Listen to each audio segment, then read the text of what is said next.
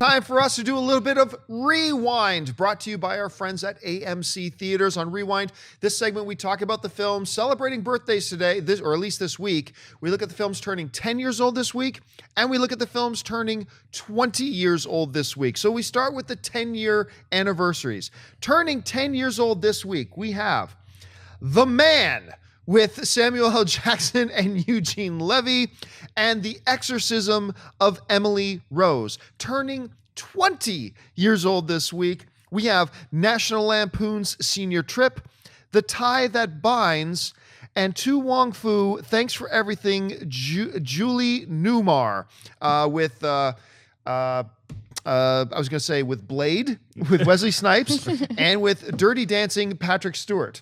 Swayze, but I'd love to see Stewart in this too. Swayze.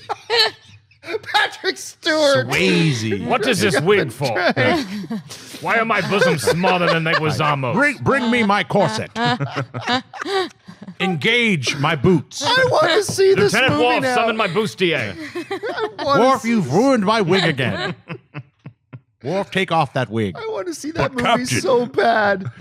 All right, let's start with you, Schnepp. Out of these films, with these anniversaries, which ones stand out to you? All right, well, the one that really stands out to me is The Man. I love seeing films I had no idea that they existed at all. You're like, when did that ever come out? Was it like one day? Was it a grab bag Monday? They're like, check it out, dude, it's The Man.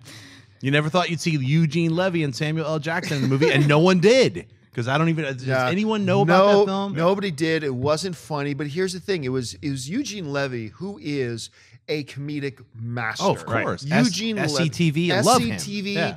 I mean, he is a genius comedically. But at the time, he was kind of hot at the time because of all the American Pie stuff. Right. So they thought, let's give him his own vehicle. They paired him up with Samuel L. Jackson. And it reminded me of a poor man. I'm going to forget the name of the movie, but a poor man's version of that Martin Short and Pure Luck, Danny Glover. Inner Space. Pure Luck. Thank you very much, with Danny Glover. It reminded me of a poor man's version of that. That movie had some laughs, a few laughs to it too. The Man, however, did not. I mean, it basically lasted as long as you think it was going to last in theaters. The ones that stands out to me is The Exorcism of Emily Rose. That was actually a pretty cool little horror film. And it was our first look at director Scott Derrickson, who went on to direct the first Sinister. Derrickson, thank you. Patrick Stewart. And more importantly for us right now is the fact that he is also the dude who's directing the Doctor Who movie. I know, Doctor Strange. Who's directing the I wasn't even going to correct you. He's going to be directing the new Doctor Strange movie, and that gave us a first look. And Jennifer Carpenter, if those of you who have not seen the movie, you might remember her as Dexter's sister as the police captain in Dexter. She was great, actually, in this movie. So you should check that out if you have a chance. And I remember watching The Tie That Binds just because Moira Kelly was in it. And that's about it. So what do these films stand out to you? Is To Wong Fu, Thanks for Everything, Julie Newmar. I remember when I was a kid, me and my brother and a few friends, we went to go see something. I can't remember what the movie was, but that trailer came on, and we're watching it like this could be a hilarious comedy. Like, at the time, you have Swayze and Stewart and Wesley Snipes and John Leguizamo. Those are all like pretty big stars at the time, and it's like, oh, this could be really funny. And then the movie comes out, and I never actually saw the movie, and I don't think a lot of other people did too. I think it was a box office flop because it had a lot of stuff behind it, and people just didn't really, it just looked too weird at the time. And so you want to go back and say, well, now the way that the current politically correctness goes, is this movie ahead of its time? We were talking about this in the pre-production meeting. Is it ahead of its time, or is it a very dated movie that you probably shouldn't show today? According to you, it actually does hold up pretty well. I honestly, it was one of those, now granted, I have not seen it in a while, right? But I know a lot of people hate on the film for strictly cinematic reasons.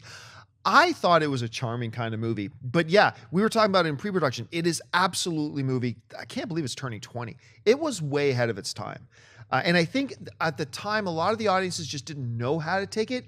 And if you watch it now, and granted, I haven't watched it in a few years, but if I'm remembering it right, I think it holds up pretty good. And it is kind of cool seeing, when were you going to see Patrick Swayze and Wesley Snipes in a film together like this? Right. The answer is pretty much never, except for this. And I thought it kind of held Yeah, up. it seemed to me like it was selling itself on the shock value, and I think maybe a lot of other people saw that and were like, I'm not gonna spend 2 hours watching just, oh, isn't it funny these guys are dressing up? Like I want a little more meat on the bone, but maybe it is good. I haven't seen it.